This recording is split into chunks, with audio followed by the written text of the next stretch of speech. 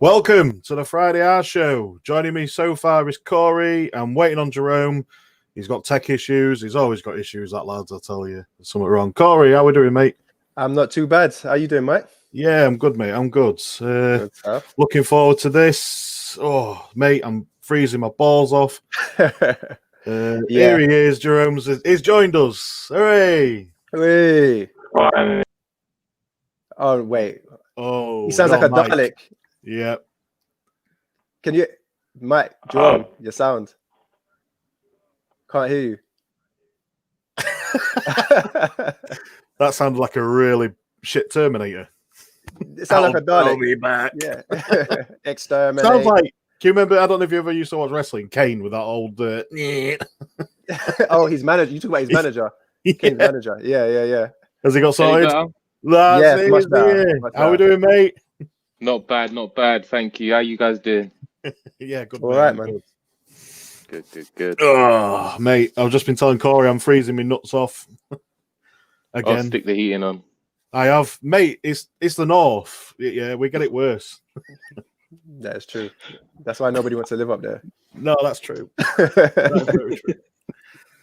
Oh, man, let's get started into it. Did you watch the game last night, Corey? Did you? Yeah. I watched it. Yeah, I watched it. Should we talk about it? Yeah, go for it, mate. Tell me. All right. First half was like, it was shit.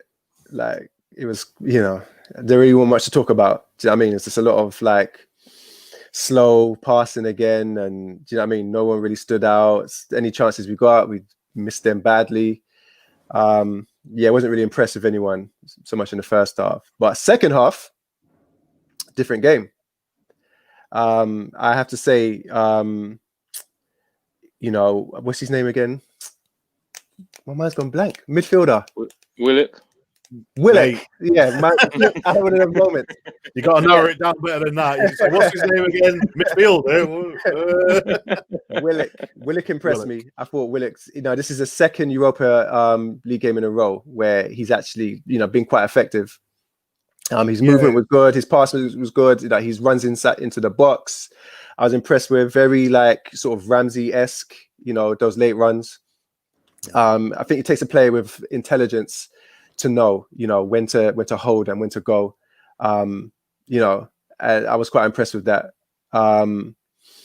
Pepe, I agree with Willock, definitely, mate. I think it's maybe he's pushing towards that Premier League team, isn't he? Yeah, I mean, he's not like anybody else in midfield is really like making a case for him not getting a game. I mean, he from that display, he deserves a shot just like anybody else because nobody else is pulling up trees. So, why not give him a shot? Give him a few minutes because we ain't seen him. We haven't even seen him in the squad. Do you know what I mean? So, you think on those performances, if you perform like that, then you have to get a place in the squad. Otherwise, it's just not fair. I agree. Wholeheartedly agree. So, I was impressed with him. Pepe got another goal. He got. It was a shit performance by him, though. Really. But do you know what? It's like that sometimes, right? Yeah. I mean, sometimes, but we've been getting shit performances from a lot of players with no goals. Do you see what I'm saying? So if someone plays shit and they score, I'll take that. So with him, because he got pulled off like quite early in the last Europa game, thinking that he's probably going to start against United, and he didn't even come on. No. So I don't know if Arteta planned to bring him on, and then the way the game was going, we got the penalty, and he wanted to shut up shop. He decided not to, or what? But now he scored again. The teams that are playing in the Premier League are not scoring, so therefore the guys that are scoring, even if it's in Europa League, have to get some minutes in the league. So he's making his case as well. So yeah, in the end, good scoreline. 4-1 looks good. You know what I mean? It's much better performance. But I'd like us to play for that for 90 minutes. Yeah, I think we all would. To be fair, Jerome, go on, mate. Just an easy ground out win. I think, like Corey said, first half was just we didn't wake up. It was one of them games that was like first half. Oh, what's going on? I think my biggest problem with our performance, even during the second half, is Eddie as a focal point. Someone said to me maybe he needs time still to go on loan. he does get goals. He's his little fox in the box, but he's not the hold up, link up guy that I'm seeing yet. And I don't know. We're getting a decent performance, but it's not anyone fantastic, so I'm not raving or nothing yet. I think the theory that I've got around Eddie is, I think the Premier League is too physical for him. These guys in different Premier League teams, they're big, burly, very athletic defenders. Whereas when he comes up to these lower, say, European League clubs, he's getting more of the ball, he's seeing more of the chances, but where he's getting from what he's getting in the Premier League. That's my theory on it. At the minute, maybe he does need a loan. I agree with that. I just don't think at this moment in time, after watching him in these Premier League matches that he's been in, I just don't think he's going to get the time or the effort, or he's going to make it personally. What do you guys think of that? Yeah, I think it's not even just the physical side of the Premier League; it's just the level of the Premier League. Do you know what I mean? With Nketiah, he's just not that. I mean, we have to remember, he went out to Leeds in the Championship. They sent him back. He played quite a bit, not often. But he scored the first few games, he scored a couple of games. Yeah, scored in the first couple of games, and then he just went off, didn't he? He didn't even get on the bench, did he? So it just makes you wonder, doesn't it? So they sent him back. He came back to us. Obviously, Arteta saw something that he likes in him, and look, he scored the odd goal here and there. But I think it's fair to say that we have none of us have seen anything special in him to make you think, oh, actually, if he works on that, or if he, he's more consistent doing this, then he could become a real Arsenal level. That's what we're talking about, like an Arsenal level striker. And so, I think he's going to have to do for this season as a backup. But in terms of like long-term future at Arsenal, unless there's a real coming of age moment, I don't see it happening for him at this club. And I don't know. I don't think there's going to be a queue of other Premiership clubs that are going to be trying to take him. It's going to struggle. Definitely going to struggle. Sorry. I wasn't overly impressed with it. It was nice to see a 4-1 win in the end. I just wasn't overly impressed with the game. And Kolasniak's miss, jeez. Yeah, I mean, wow. Yeah, just seriously, wow. Just proves the point that he is absolute dog shit. Really, it's not happened for him at Arsenal. I mean, he came with a big reputation when he first came to the club. Free. I think that was the only. He came for free, but he done really well. In the German league, second best Bundesliga assist that season, or something like that, or from a left back. He was an absolute train going up and down that left, in the Bundesliga. So, it's not like he's a shit player, but sometimes it just don't work for guys in a different league, in a different team or whatnot. Sometimes people have to be in a certain environment in order to thrive. For everyone. It's not for everyone, and I think he's definitely proven that. So, do you know what I mean? You got someone like Tierney who's come from the Scottish league, and he's still thriving. He's still looking good. He's still improving game on game. I think that's the difference in the Scottish league compared to the German league. Yeah, the German league is obviously full of better players in some respects. You've got that thingy, but I think the Scottish league shows that physical side similar to what the Premier League is. All right, lower league English, like the Championship or League One, for instance, that physical, athletic side of it, because you've got to deal with the cold and everything up there. There's a lot going on, isn't there? But when you come from Germany, you ain't got to deal with the sort of the weather situation. It's very. I find the German league very slow. That's my the German league is not that great. No, let's be honest. It used to be. The levels used to be quite up there, along with the Premier League and La Liga, but it's dropped off. That's why when we send our youngsters there, they absolutely look like world beaters. When Nelson went there, did well. Lookman from Everton went there. Looked a totally different player. Sancho's gone there, and he's absolute superstar over there. Do you know what I mean? I'm not saying he's not a good player, but do you know what I mean? It'd be hard for him to replicate in the Premier League what he's done there. Well, there's a reason why City got rid of him. So it's so I think in terms of impressing in the Bundesliga, I think if you've got a bit of talent, it's not that hard. No, I agree. There's only one team really in Bundesliga, maybe 1.5 teams, and that's Munich and Dortmund. Yeah, you don't really hear about anything else. And like Leipzig. I think that's 5 years deep, though, isn't they? You're sorry. They're quite a new team, so they've still got time to deal with it. But they've lost a lot of their decent players, didn't they? They lost their main strike threat in Werner, who went to Chelsea, and whoever else left there. It's just it just seems to be like, every now and then again you'll get one German team that'll be like, oh, let's shock everybody and go up there and be there. And I think that was that time. And same in the Premier League. Every now and again you'll get one team that just seems to shock everyone, like Leicester and Blackburn and stuff like that. It's just every now and again you'll get one team, and then now it's just like because Munich just seem to buy everyone. They just buy all the decent players in the German league. It's like, right, we'll have him. Yeah, come on. That's why that's why the situation will never change. When there was a Jurgen Klopp over there, with Dortmund, then because you've got an elite level manager at the other club, then that gives them a chance. And him and his team are obviously good at unearthing hidden gems. But that can only last so long, and then Bayern Munich got the checkbook out, started buying up those players that were there, and then off. See you later. Yeah, exactly. So that's that league. So, but Kleženac came from that league. He done well there.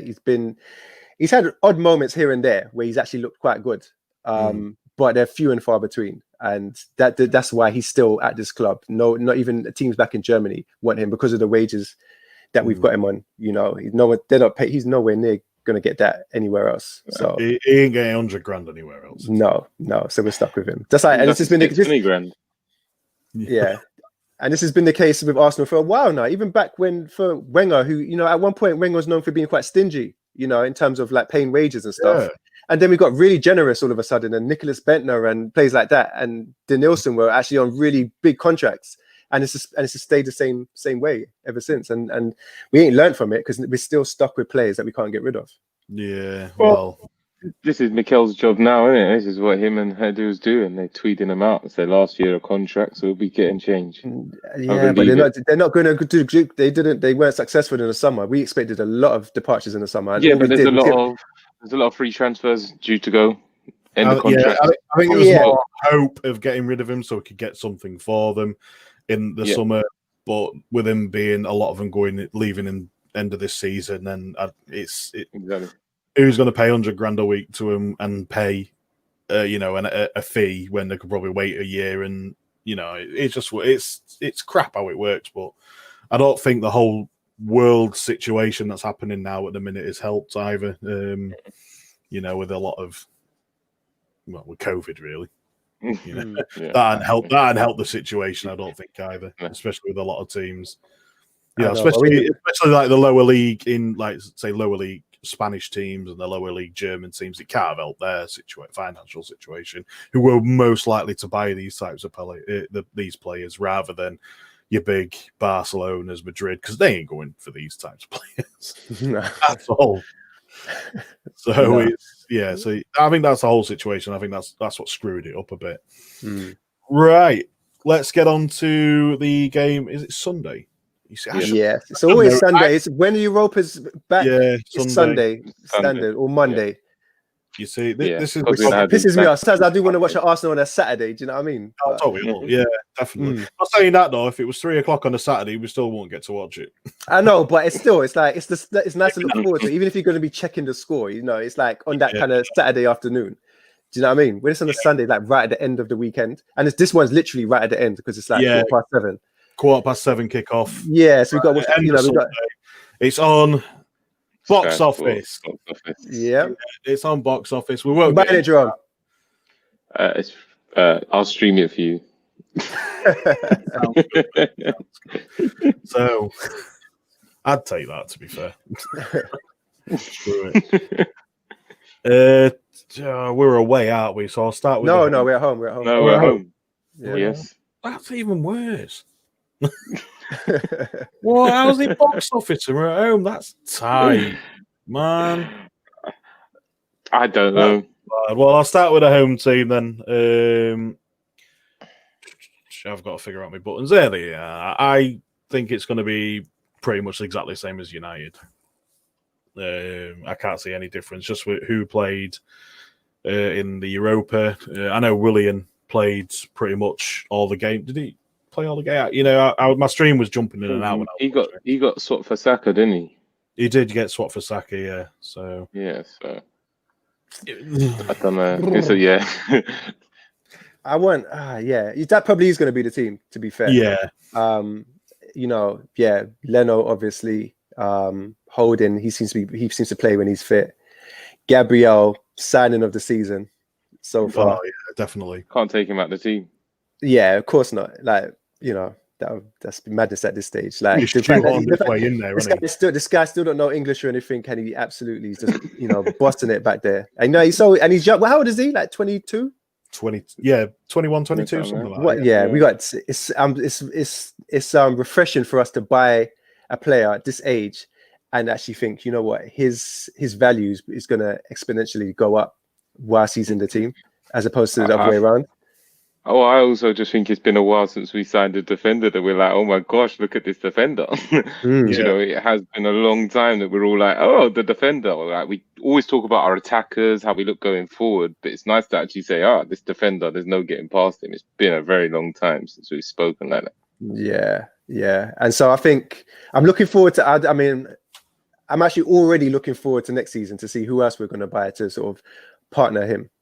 Because, the way that we're sort of set up now and the kind of conservative tactics and whatnot, we could really become a fortress again, back to the sort of George Graham days where we can have like a back line that is my back. Yeah, you lot talk. I need to charge this. Nah. Everyone's having tech issues. Why is it always on my show? Got to keep it interesting. Yeah, aren't we just? Right, yeah. I agree with you guys, Gabriel. There was an Arse Brothers show earlier on this morning because we had to go with the Australian and the American timeline. So we was discussing a bit about Gabriel, and we were saying how easy it has been for him to slot into that position and just make it his own.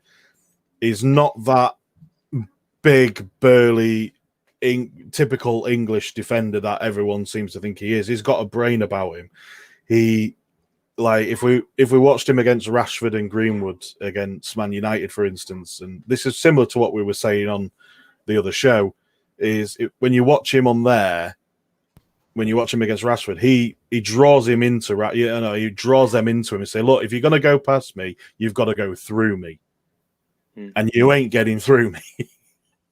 And that's what everyone seems, and I think that's what everyone seems to be impressed with him for, that, because he's done that with pretty much everyone he's come up against. He did it at City with Mahrez. If you're going to come past me, you better come through me.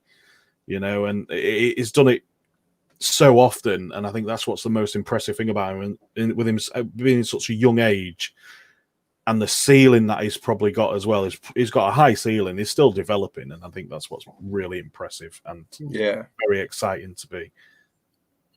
It's a steal. And for 20 odd million, it's a huge steal.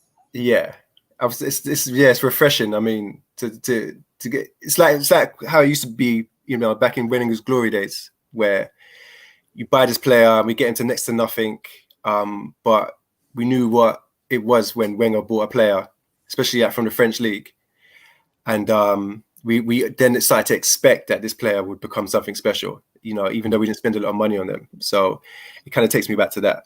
So yeah, really excited. And then his guy next to him, Tierney, he's just impressing me more and more. I mean, he's in a back three, but he still gets up like a left back. He's still up there, like, in a back three.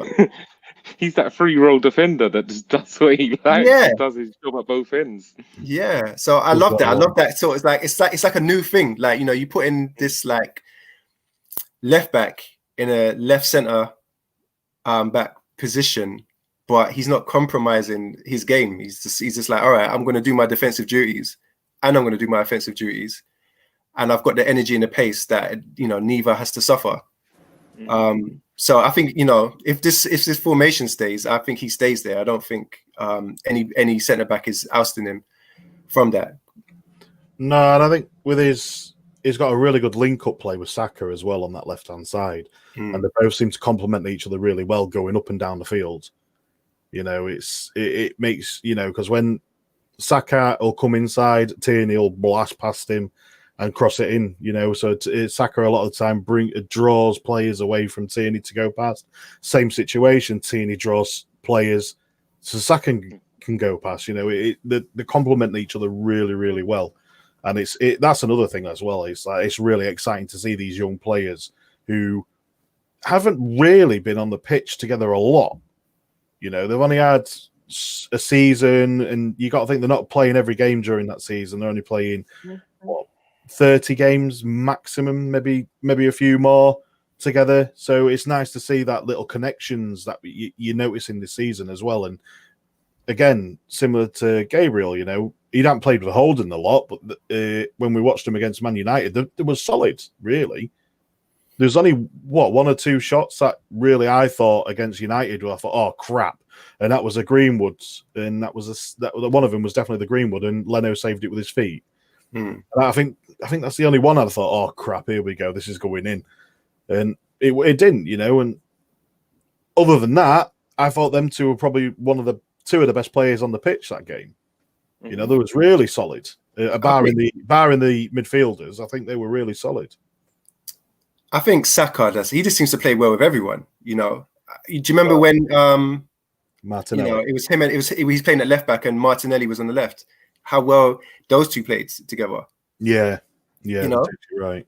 Yeah, I just feel like anyone that plays near him and has to interchange with him and whatnot is going to enjoy it, because he's for such a young player, he's intelligent. He knows position, he knows movement, and that's why he's so versatile. He can play in midfield, he can play as a left winger, right winger, left back. He understands football. Yeah, total football, and he never lets you down. So yeah, another young player that yeah. Saka just needs to practice his right foot finishing for me. That's all I want him to practice now. Just some right foot finishing. Yeah, 3 games on the trot that he could have buried them. And I was hoping you would, just to get the monkey off his back. So that's it. Just his right foot finishing. Yeah, I agree. Forward wise, even with them 3 that we've got there, even including Pepe, and he scored last night, scoring goals is worrying me at the minute. Yeah, it's everyone. It's just a glaring, obvious problem. Yeah, with the team, and it's hard to even find any type of glimmer of if there's any moments in the match where it's sort of if we did more of that. It's hard to find those moments because it's very slow and unimaginative, our forward play. And I think some people try to highlight individual players and say, what's he doing? I was watching Arse Bros this morning, and I saw you guys and you talk about Willian, and it's really sort of giving Willian a hard time. But he's Willian's not the type of guy that you buy to be the solution to this problem. But it's bigger than him. It's it's much bigger than him. We know that, and obviously because it is on a Arse Bros monthly. We rate players every game during the month, so it's only league games throughout the month, and we give them a 3-2-1. So top person will get 3 points, then 2 points, then 1 point, and then you'll get the minus. So whoever's played the worst. So the worst will get -3, then -2, and then -1, So it goes up. And it's just unfortunate at the minute that it seems to be our forwards that are getting these minuses. Because, well, as you was watching earlier, you know it's Willian. Yes, I feel a bit bad because I give him I think I give him -2 on the Man United game. But after watching it back, I thought, yeah, actually, I may have been too harsh. And I think Manny, who's also been on here, who's another Arse pro. I think he's on Same Old Arsenal tonight. So if you are watching this, stay with us. Don't go to Same Old Arsenal. So yeah, and he said that he pretty much said the same. He felt like it was too harsh, but I think it's the frustration around that whole forward line at the minute, that they're not scoring goals, they're not trying to create anything. It's just really frustrating where we see like the likes of a Lacazette and Aubameyang, and I think this whole thing around Aubameyang at the minute, that he can't do no wrong. He's our main goal scorer. He hasn't scored in the last, I think it's 5 games, other than that penalty. He scored a goal in Europa League, but that don't count. Yeah, Europa don't count, but in the league, barring the penalty that I think he didn't score. I think he scored 2 so far this season. I think that's right. And this is our main talisman. This is what everyone's been saying, who should be scoring goals. He's one of the best strikers in the world. He's our captain. Why isn't he scoring goals? And the only thing I can see personally, I say he's lazy. Not in the same sense that I would say lazy as in Ozil lazy, for instance. But let's not get into that one. I see it as lazy. He's not trying hard enough to get in the box. He's not trying hard enough to create a chance for himself. That's why I mean by lazy. He's not a lazy player by all means. He's up and down the pitch. He does do the running. I just don't think he wants to score. Is that lazy? That laziness is thinking, I can't be asked. Someone else just do it.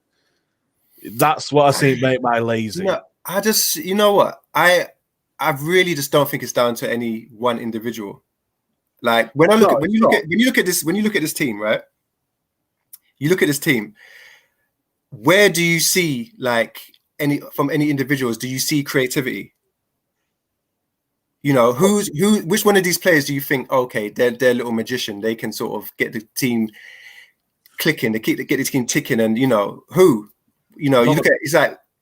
None of them are that. What would you call a creative player? Not one of them. No, but there are chances being created in the game. Be that being from say Tierney, from Saka, even El Neni was creating. You know, putting in balls into the box. You got Bellerin. He's crossing shit, but he was still doing it. So there is opportunities there.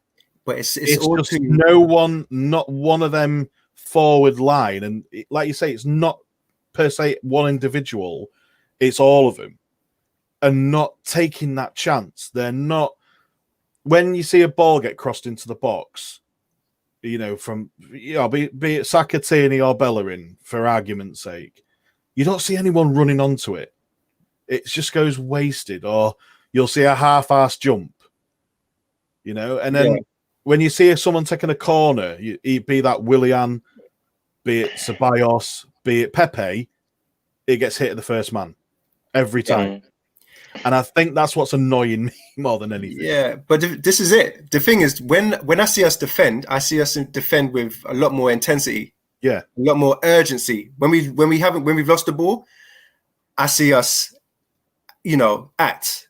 It's just going to action. When we've got the ball and it's time to attack, it's just slow and ponderous. So when you say that like Aubameyang's lazy, I kind of agree with you. But it's like it's the pace of like, you know, of how we're moving the ball around. It's like it feels lazy. It feels slow. Yeah. So I think he's then reacting to it because he's like, well, why am I moving at double speed when everybody else is at half speed?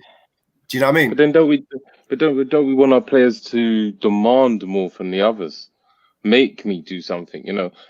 For me, Aubameyang don't make enough. There's times he could be making that run, but behind, but he's not demanding, not getting upset and saying, "Look, put me in." Next time, look, man, put me in. Not enough for me. That's where I call it. Like, you know what? You see other players get annoyed. Come on, man, I want the ball. Like, put there. There's not enough of that. As much as we're keeping the ball and doing other bits and keeping it slow, I want my captain, my strikers to be demanding that you fucking send me forward with the ball towards the goal. Like, whether sometimes it don't happen, cool. But I'm telling you, look, I'm making the runs. What's wrong with you? Look? But then them runs that just don't seem to be happening with that front three. Whether it be Orbs, Laka, Willian, Pepe, whichever way we switch up these people, it just don't seem to be happening. No, I agree with you, and it's just made me think of a point. I've seen a couple of times where Aubameyang has made them runs. He's put his arm in the air while he's running, but the ball don't go to him. But what he does is he does that little jump and he goes, oh, you don't see that screaming at that player like, what the hell are you doing? Why didn't you pass me the ball? And that's your captain as well. Why should he be captain? No. Should he be captain? Because you know what? When I think of Aubameyang, I don't think captain. Yeah, No. I know. Yeah, he doesn't have the personality. This tradition at Arsenal, just giving the best player that armband. But when I was like, for instance, when I was watching the All or Nothing documentaries. Which one? Both of them, the Man City one and the Tottenham one. And when you see the role of the captain, even in the dressing room, where they have to give the talks and to G up the team and whatnot. So I imagine Aubameyang, before the start of the game, like in a huddle, trying to G everyone up, and I'm just like, nah, I can't see it. Do you know what I mean? I don't think he has that type of personality that can really get me. You know what I mean? Get me really up for the match. I think he's probably a nice guy, but is he bringing that intensity and that desire? He'd make me have fun. He'd make me have fun in that. Like just before, he's a bit of a vibe. He's probably popular in the dressing room. Yeah. But you know what? I feel like this team here. Like, because it's not full of like loads of creative players, full of wizards or whatnot. We're gonna have to like overwhelm teams with our hard work. Like we've got at El Neni, we've got a Partey who are hardworking and aggressive and whatnot. So we need to be more aggressive in winning the ball back further up the pitch and just being able to get it to our front three more consistently and quicker. But with that, you need to have a lot of passion because you're gonna need to like really like be running a lot. And sometimes a lot of players don't really want to do that if they don't have to. But we need to bring that into the team where it's like defending, that's all good and well and good. But when it comes to attack, we need to be attacking like we're 1-0 down with 10 minutes to go in a Champions League final, like but from kickoff. Yeah.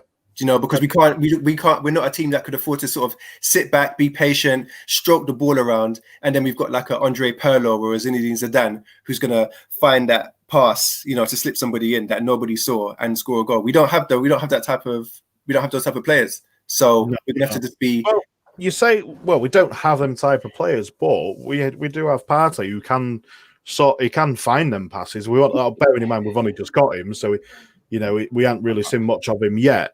But we have got a player that can find them sort of key passes in them sort of areas. He can do it, but again, like I just said, he's only just joined, and so this is going to be his third game if he plays tomorrow on Sunday. Yeah, Partey off game. Yeah, I know Partey's a baller. He's got a great range of pass. Like his long range passing is excellent. Yeah, short range. He puts himself about the pitch, but it's not what he's known for. No, so I still feel like if we can just up the tempo, 20%, then someone like Partey could be more effective. Definitely. But like I said, but sort of this slow, ponderous way that we're playing, it's not suiting the players that we've got. Bellerin's a runner, Saka is a runner. Partey is box to box. He's dynamic. El Neni's quite dynamic. If you keep that in the team consistently throughout the 90 minutes, then I feel like the front three will benefit from it. There's also this thing that really is doing me in. I don't know if you saw it when I mentioned it on Arse this morning, is that we always try and pass the ball into the box and we always trying to get close as possible to score a goal. That's really doing me in. That's really the old Wenger-esque style that we used to do. Pass it around a lot and then try and go for the easy option. We've got players in that team that can absolutely smash it from 20, 30 yards out. We have got players in our team that can do it. Ceballos can do it. Partey is known for doing it before. Xhaka, he can do it, bearing in mind he's 1 in 30 before he even hits the target. Aubameyang can do it. Willian can do it. I'm sure Lacazette and Willian can do it. Yeah. But you know what? Those kind of shots are shots you do when you're confident. Yeah. When you're feeling confident, you feel like you can score from anywhere. This team is devoid of confidence when it comes to attacking. So they're not going to do it. They're going to try and walk it into the net. But they're like, I don't even want to take a shot because I don't feel confident that, unless I'm tapping it in, that's going to go in. Yeah. So that's the issue, isn't it? A bit of confidence. Yeah. Throw some balls, get on with it. Yeah, things will get better when we get a bit of confidence in the team. Confident teams do run harder and faster, and the intensity is up when they're confident. I think the confidence is up. I think we just like the games before. You got to remember we took 2 losses in a row in the Prem. You know, on Sunday I think they're just playing a bit safe. Don't really want to. I think now we're looking at on Sunday. We're probably going to this game a lot more confident. Even the attackers. In all fairness, yeah, I'm going to say, in all fairness, Jerome, in that Man U game, we should have absolutely battered them in that game. They were set up Old Trafford. But it's a fear of Old Trafford and not getting embarrassed. I felt we just played it was a bit of safety, and then players didn't really want to open and stretch themselves up. But 20 minutes into it, then players should have known these guys don't want it. Yeah, these guys are not set up for this game. Yeah, we're owning this at the minute. This is all ours. Go for it. Hammer and tong. Get a couple of goals. You know, and that's what really frustrated me about the United game. Yeah, they were there to be slapped. Like any other team would have absolutely smashed them. And I was a bit like, you know, our play, they was allowing us to play. We was stroking the ball around. I was like, yeah, this is the game where we can get that confidence, because it's all good, you know, beating someone in Europa or whatever. But you don't, you know, in the back of your mind, like it's only Molde. You know, it's like, you know, whatever. But when you can actually turn over a Man United, then that's when you really feel like you've achieved something, you know, and then you feel like, yeah, I'm back, you know. That's the games where you get your big hairy bollocks and just slap them on the table in front of someone. Look what I did. Yeah, exactly. Look what I got. That's them type of games. You are playing very well this season in the league. Yeah, but you can still point. Yeah, we smashed them all over the place. That was, we don't have those players. We don't have those players. We don't have those players. I don't think you say that. You say that, but you do other teams, and you like look at Leeds against Liverpool. They ain't got the players that you would have expected. All right, I know they lost against Liverpool. No, I'm not talking the quality. I'm talking the heart sense. We might do a little bit now in the heart sense, like as a team. You know, you talk about Leeds when they came up, they was a team. That heart was in it to fight for each other and to ride and to prove a point to Liverpool for Leeds. Some of these players don't really have that heart to prove a point week in, week out, you know. Start of the season, Orbs had a point to prove. Is that point still being proved? Yeah, we spoke about this before when I said Lacazette, he's not a killer. You know, Lacazette's not a killer. Like William's a hard-working guy. Like, you know, you're putting a shift for the team. He's not a killer. You know, we lack that type of character in the side. You know, someone with a killer instinct in front of goal. Yeah, because as much as we can talk about creativity and whatnot, like you just mentioned, Leeds. Yeah, you know, what makes Leeds so creative? You know, they do create a lot of chances. It's the team. It's that we give credit to the manager, right? We say that the manager is able to bring something out in these players that makes them competitive in any match, no matter who they're playing against. So I don't think that we should always let Arteta off the hook, where we can give credit to other managers for doing what they do, give credit to Klopp and Pep and whatnot. With Arteta, we can give him credit, but when it comes to the lack of creativity, we have to look at him as well and say, like, what is it that, you know, you're not doing that is making so that, you know, the play is so slow and so predictable, and there's no urgency in the side. Yeah, I can see that. Yeah, because I'm sorry, Jerome. I'll just do this. I'll just say this quick, mate. I sort of get you on that, because I've been getting to that point now. Is, do we carry on giving Arteta a free pass? Is there a point now towards this season where we've got to start questioning his tactics, his, you know, what he's doing with the team? Is there when is that point when we can start? I don't think he should get free. Like, how long he's been in the job? How long? You know, similar length of time to sort of like Lampard and Ole Gunnar Solskjaer. No one lets them off the hook. Every week, Ole is in the press, you know, talking about people saying remember, United finished third, are in the Champions League. They beat PSG, and you know what I mean. This smashed thingy 5-1 as well. Oh, yeah, Leipzig, yeah. Now, if we did that, do you know what I mean? Happy days. But yet he's always at the threat of getting the sack. Do you know what I mean? So, and Lampard gets criticised. Say, oh, Chelsea can't defend. They leak goals. They both had a longer period, different kind of structure. We can't really compare Lampard's expenditure this summer to ours.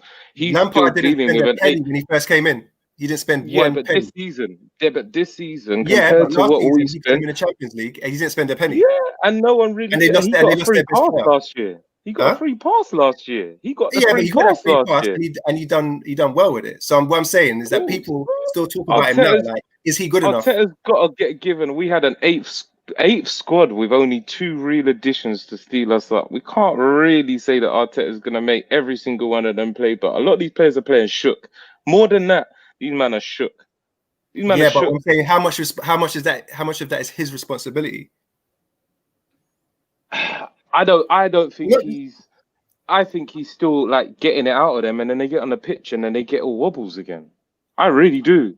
But again, like I said, if we give managers credit for stopping that, and giving players confidence, then when he's failing to do it, do we not talk about it? Well, we've got to see the next game because that was 1, 2. He lack of creativity. Who do we put in to create? This is the problem. As much as he might be seeing a little bit of confidence against our trainers when they get on the pitch, I just don't think they got it.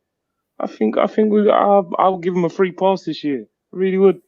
I don't know. I mean, for me, I look. Don't get me wrong. I like Arteta. Everyone that knows, like, we watch podcasts I was the one advocating for him to get the job in the first place, and I still think he's doing a decent job. However, there's a big glaring problem with the team. It's very unbalanced, and that needs to be addressed. So I'm like, well, I just want to know from his perspective, like, what is he trying to do about it? Because we haven't seen too many like alterations in terms of, like, I've been crying for Aubameyang to go down the middle. Yeah, he's refusing. It's like he seems like someone that's watched Aubameyang all his career and thought he'd be better down the left. So he's just not changing it. Yeah. Well, Aubameyang was constantly down the left at Dortmund now. So Aubameyang has always been down the left hand at Dortmund. He's not really been a main striker. Really? When was this? At Dortmund? Yeah. He's always been on the left. Really? Yeah. You sure? 100%. I remember him being on left because FIFA. No, he's always been a left winger. I think he's played as a 2 at Dortmund at times, but he's always been a left-sided player. He's never been a lone forward in a setup of 3. He's always been a left. So if he's been playing as a 2, he's always been on the left-hand side of that 2. And if he's been playing in that 3 at Dortmund, he's always been on the left. He's never been a central player. I don't know. I'm going to reset. Prove me wrong, bitch. Prove me wrong.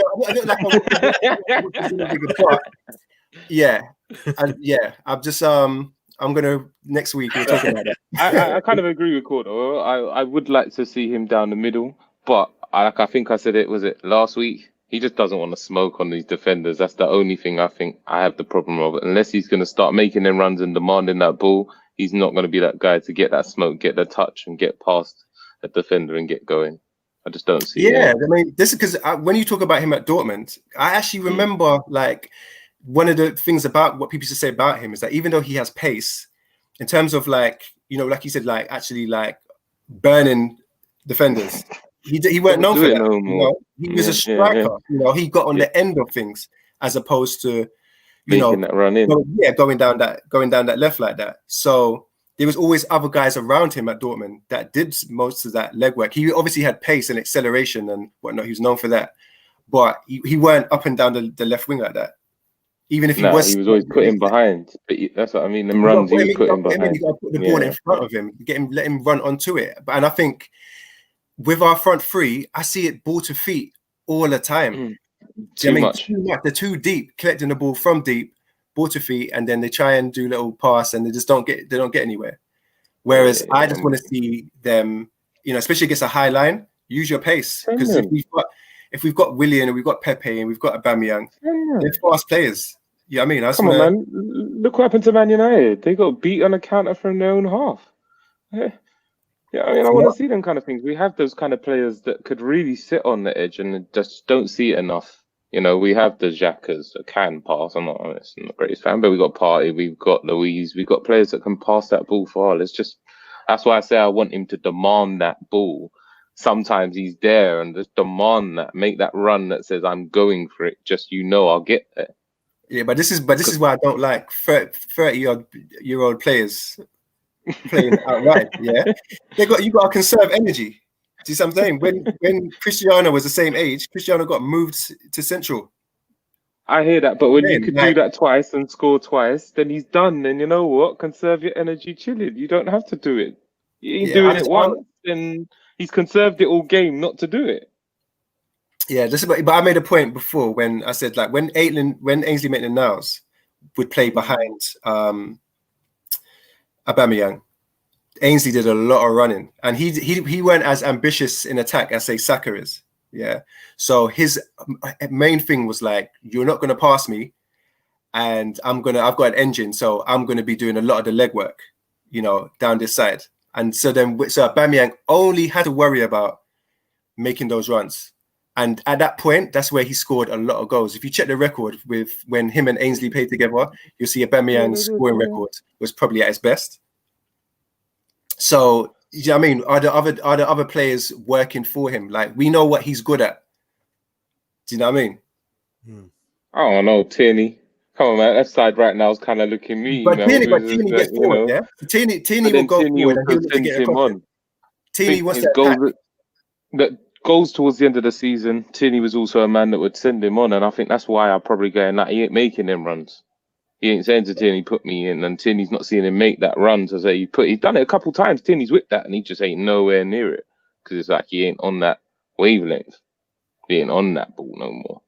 I just want more from him. If he's going to be my captain and going to be my main striker, as I don't want him to be in that moment of a typical Arsenal sign the contract and he's staying missing. So we need to see something different quick. Yeah, we do, but like we need that from everybody, from everyone, because we even talked about Lacazette and.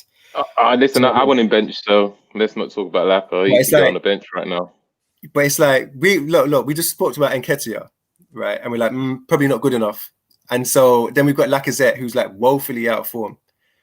So we're like, well, what are we supposed to do there then? I would try this Balogun. Really? Or Balogun. Yeah, seriously. Contract though. Yeah, but that's because he wants to see what's happened. Do you know what I mean? And it's fair argument. He looks better than Eddie with his actual football, the way he moves, the way he strikes. So for me, if I felt like I'm better than a man that's actually getting game time, why am I signing another contract? There's other clubs that were looking to sign him there before. Arsenal going to sell him for like 9 mil. That's probably more than we would have got for Eddie. So that doesn't make sense to me. I'm not entirely sure. I've only seen him once, and that's when he came on against Rapid Vienna. I watched a couple of youth ones. So, but I've only seen him that, and he did look pretty decent in that. To be fair, he made some silky moves in a couple of times. So, yeah, I sort of agree with you. I think if time, we're at that point now where neither striker's really hitting it. They're in a selfless sort of situation at the minute, or they're not getting that praise where they feel like they should be for because that number 9 role at the minute is like, I think we said it on the Arse Bros earlier on this morning, it's a selfless position in Arsenal at the minute because you're not doing what you're meant to be doing. You're not being able to turn on the ball. You've got to hold it, you've got to move it, you've got to pass it and let the wingers come onto the inside to go there. The problem is Lacazette doesn't do that. His first touch is absolute shite. He falls over more often than not. And he just can't seem to hold the ball up at the minute. And I think that's the biggest issue. So on that, just quick before we go into the Aston Villa team, would you, either of you, I'm just going to ask both of you this question. Corey, I'll go to you first though, quick. Would you sign a new striker or would you sign a creative midfielder in January if you had the choice?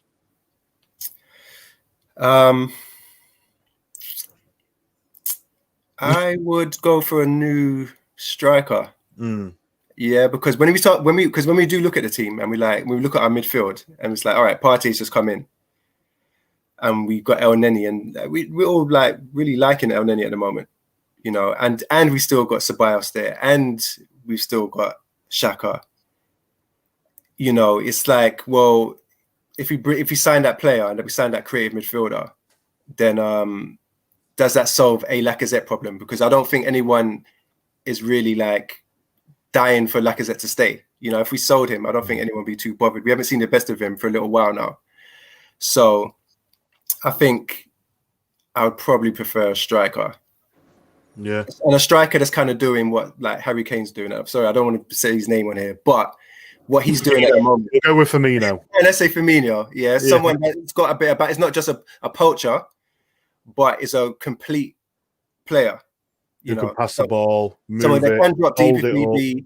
Oh yeah, hold it up, drop deep, pass it, and then get on the end of things as well. Yeah. Jerome? Look, I would have probably said striker at a point in time, but I keep going back to the fact that I know Martinelli's coming back. If we sign a striker, do I hamper him coming back to the team? And I'm excited to see that kid back in the team. And that's my only little bit of a... Because, you know, we sign a striker or Martinelli comes back, then we might get that Aubameyang switch. It might, you know, it's that's a different ball game already. So it's like, do I, don't I? I don't know. It is a tough sometimes one, I'll admit.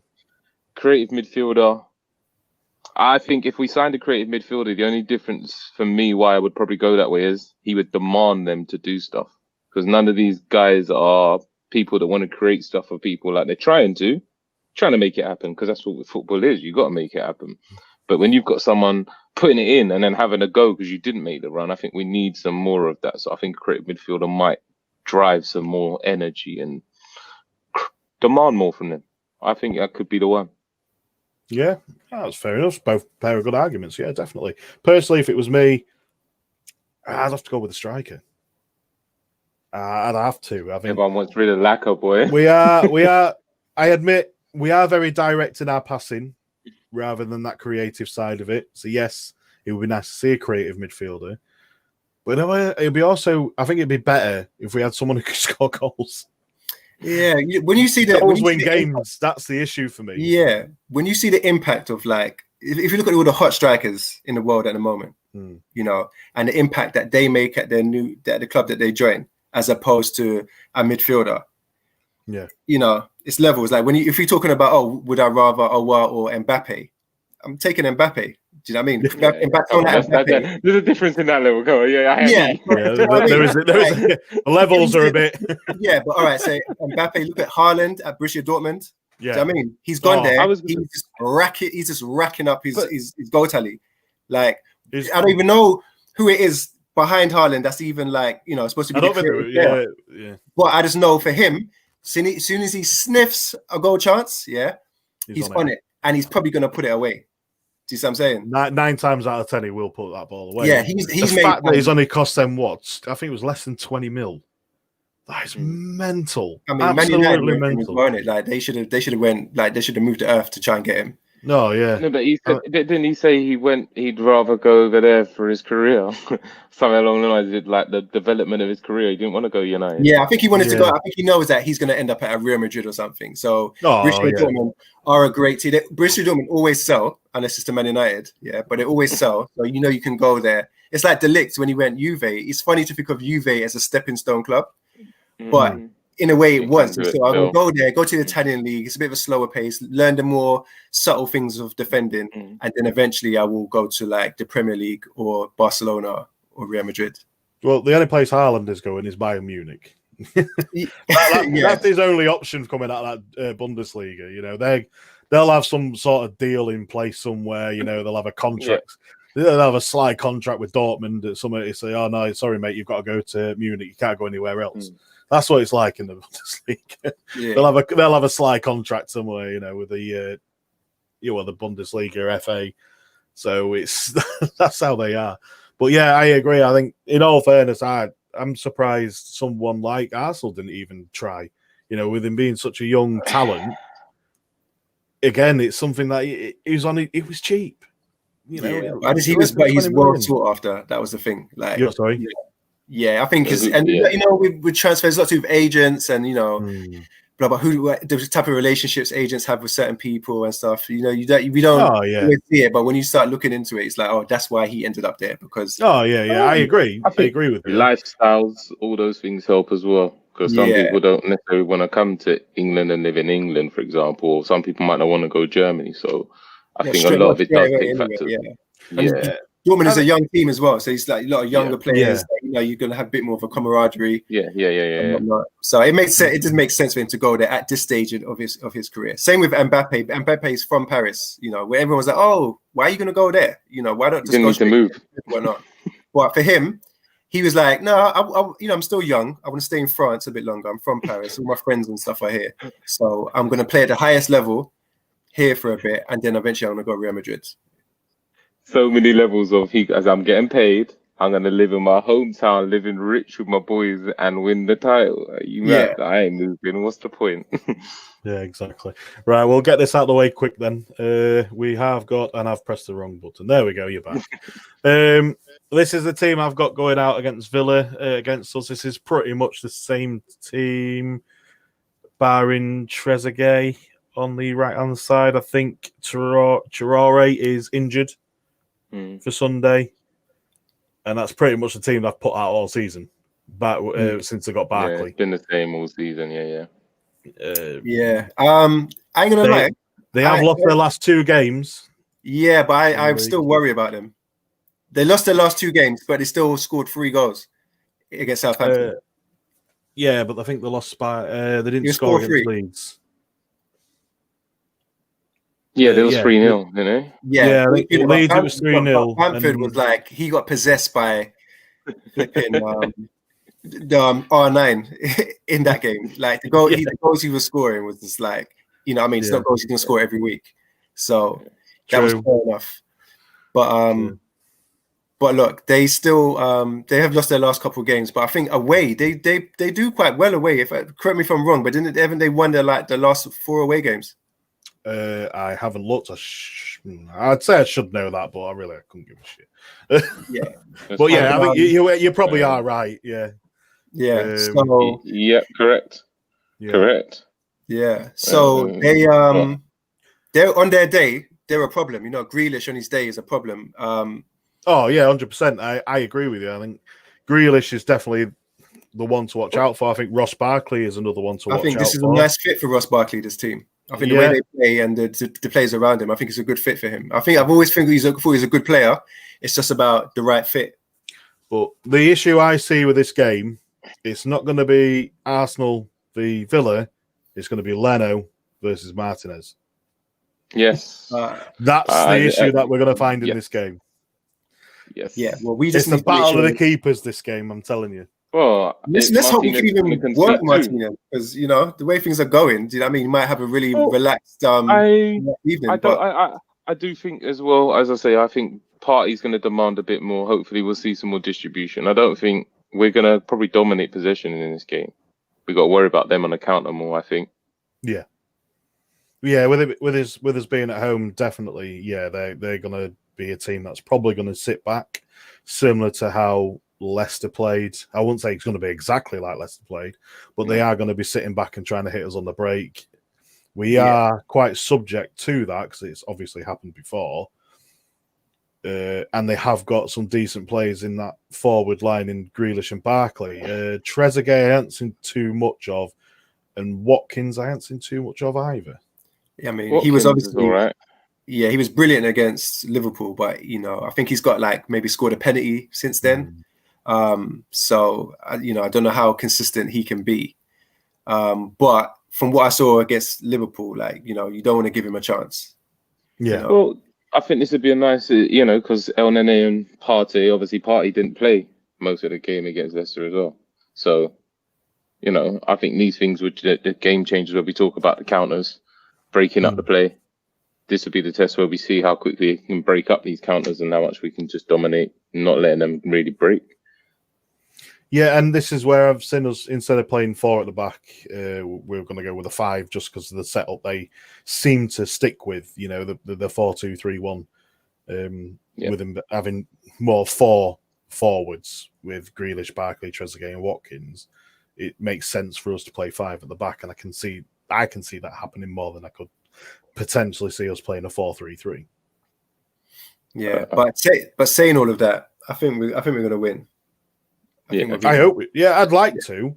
I'd like to score some goals. I think that's. Yeah, I think there's a lot. I think when they sort of went back after the United game, I think there was a lot of positives that Arteta could have highlighted when they sat back and they in the viewing room and they watched the game, and I mean, there's a lot of things he could have pointed out and said, look, this is what you did right, and this is what we need to do more of. And if we took these chances, then the scoreline could have been a lot worse for them. Yeah. So I think that's going to give them a lot of encouragement. And then because we have beaten a team like United and then we face a team like Villa, we should be like, okay, well, Villa are not on that level, so we should handle them.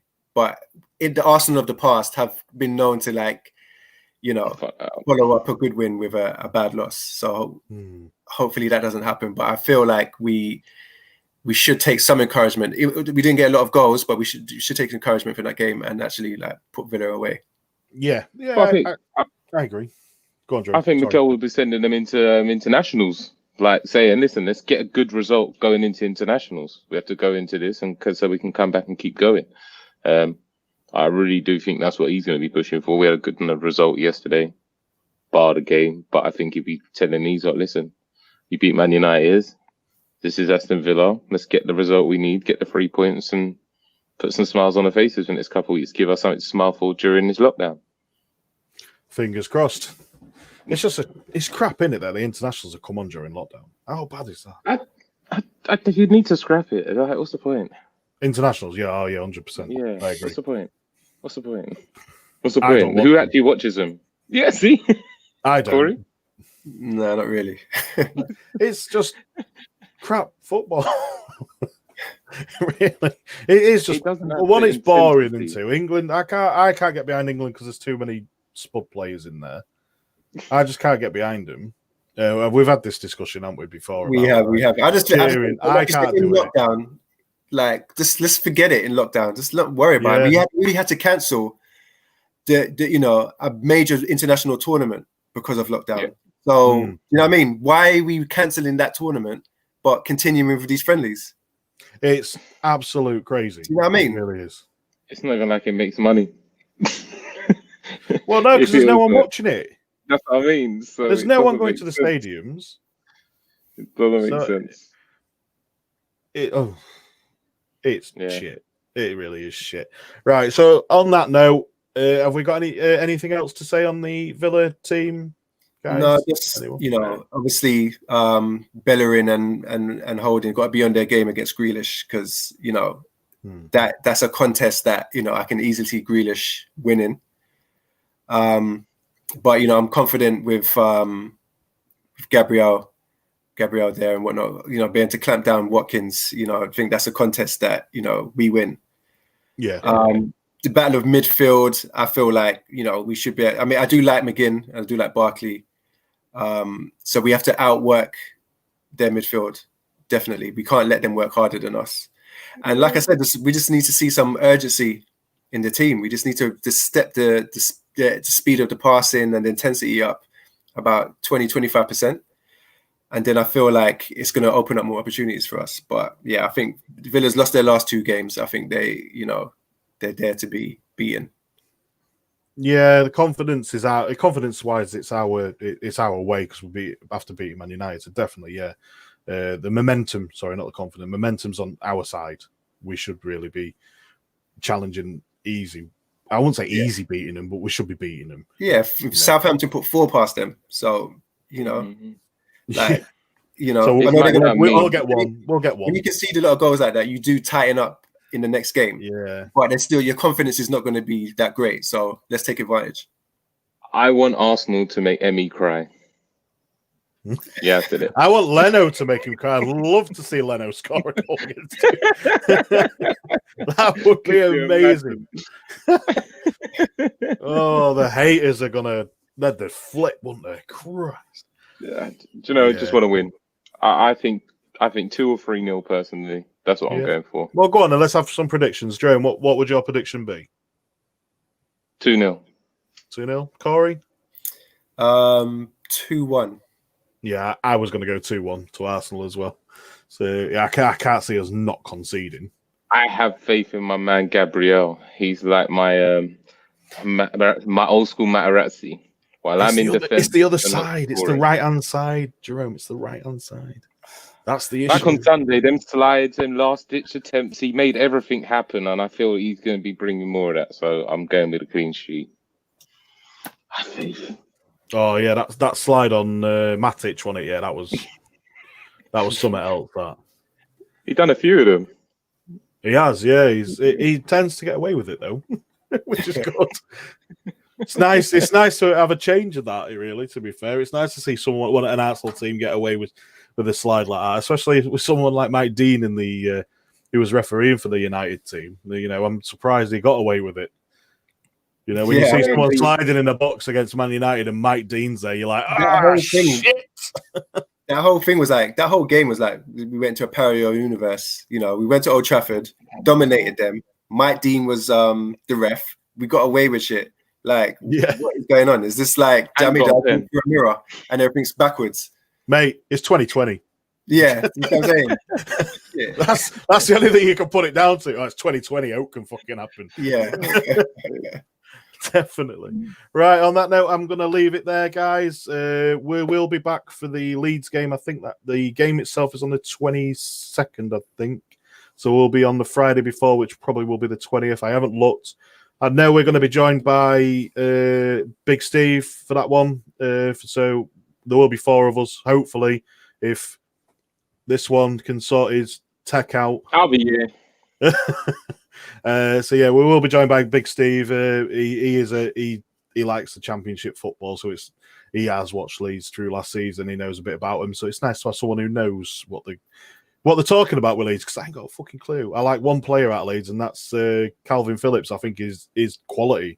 Personally, I think he should be up there with a big team.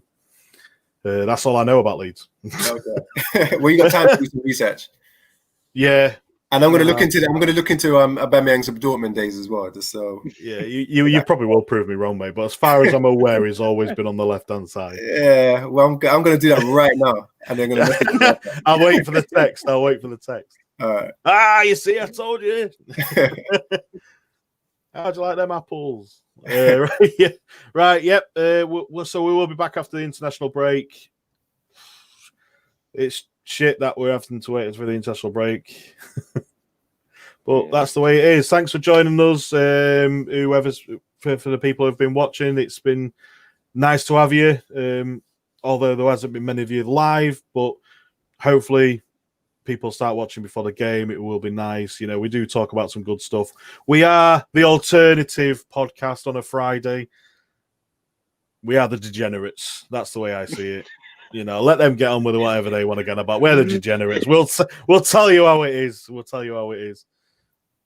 So, yep, I'll see you. Well, we'll see you guys then. We'll see you guys around the 20th of November. Thanks for joining. See you later.